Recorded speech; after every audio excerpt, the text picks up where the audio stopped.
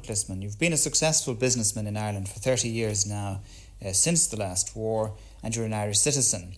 But you were born in Aachen, in a German town near the Belgian and Dutch border, 69 years ago, the second son of a banker and a school teacher. Now, can I ask you first about your period during the Second World War? You were chosen for a very important mission in August 1941, and Wissenmeier reported to Ribbentrop, the German foreign minister, and this indeed was a document for the attention of Hitler.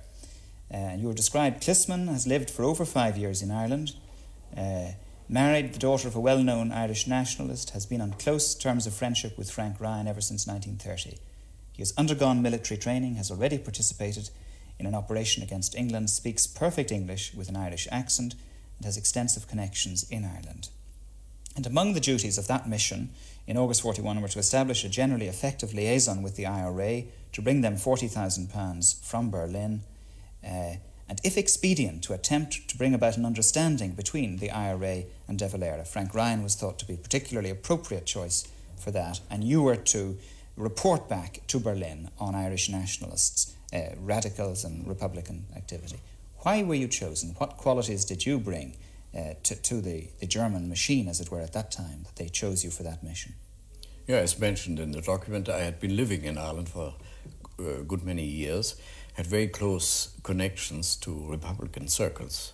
I knew, I would say, most of the Republican leadership at the time, and therefore I was regarded as one of the people who might come into question to contact the IRA and the Republican movement, which would also include, of course, the Republican Congress.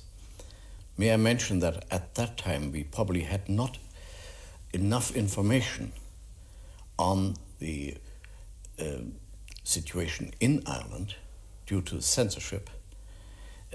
We did not know that most of the leading Republicans were interned in the Curragh. We knew some people were interned, but I had no idea, and I think most other people hadn't, in Germany, that up to 5,000 people had been interned at that stage.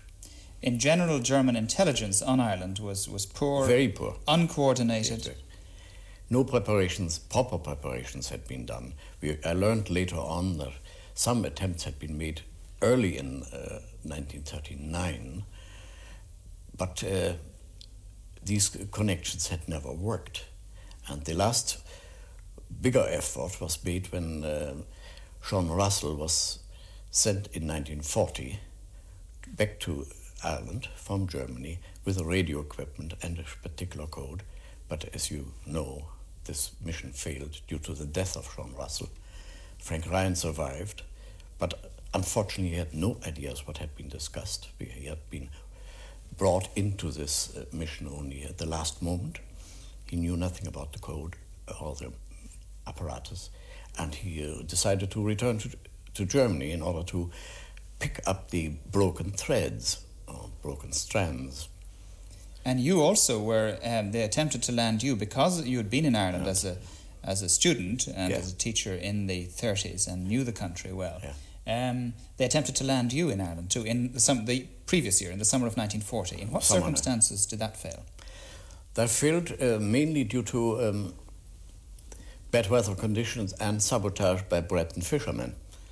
A fishing boat was commandeered, and without our knowledge, while it was cleared of by the Breton fishermen, they must have done damage to the pump which empties the boat, takes in water. And also, I think the motor must have been interfered with, because we experienced very soon that the diesel didn't function properly, and when we tried to restart it, it would not work, so we had to rely later on completely on sailing. And was this politically motivated sabotage, or because you had commandeered their boat? Well, that's very hard to judge. I think it was both. They were very hurt that their boat was taken. What would your plans have been had you landed in Ireland then in the autumn of 1940? Yeah, my job was envisaged. I was to contact the IRA in Ireland, and with their help go with them to England, because my regiment had been given a particular task to seize Dover. This was the regiment Brandenburg and a commando unit, and we hoped that we would get Irish guides to bring us to certain points in Dover when landing from the air, and that I was to prepare. Luckily it didn't come off, because otherwise I would not be sitting here.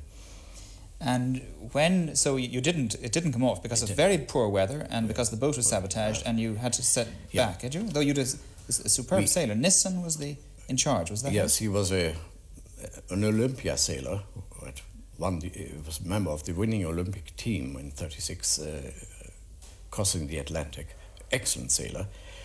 But as I said, we encountered very heavy storms, while the screw of the boat, which drives the rudder, the screw, got bent, and we had no power except sails. One of the masts came down, and we were really in danger of being grounded altogether. We got as far as the west coast of Ireland, but then we had to turn back because we had no power to go into a bay and for the boat to come out again safely. And the following year then, this other mission for which you were then selected, that never came off. Why? No, it did. Well, I think looking back now, this was partly due to the lack of final success in Russia. It had been hoped that the summer invasion of Russia would bring about a fall of the Soviet regime. Therefore, the interest from a German point of view was still centered on Russia and not England, and therefore things were postponed till the next year. And another proposition of the same kind was envisaged for 1942, because then a new threat arose, the threat to Irish ports by the American and British forces, when we thought it would be essential to help any resistance on the Irish side from the Irish Army and from Republican volunteers, and therefore a small task force was envisaged to be sent over. In general, the German intelligence on Ireland was poor. It was uncoordinated and poor. Now, with somebody like yourself available to them, why wasn't it better? Because you had lived in Ireland, you'd married an Irish girl, you were known to the Republicans in Ireland, and you'd been a student and later a teacher briefly at Trinity College and so on. Could you not get through and give them better information? It could have been done possibly by, that I would be sent by myself, but I think it was not envisaged that I would go by myself. And you might remember, we had at the time Hauptmann Görz here in Ireland, who was supposed to fulfill this function, but he lost his radio apparatus. It was seized, and the information we got from him came usually through garbled and was very, very small and very, very incomplete. We couldn't get a proper picture. And Dr. Hempel, the embassy, also sent only very careful worded telegrams because they knew they were watched.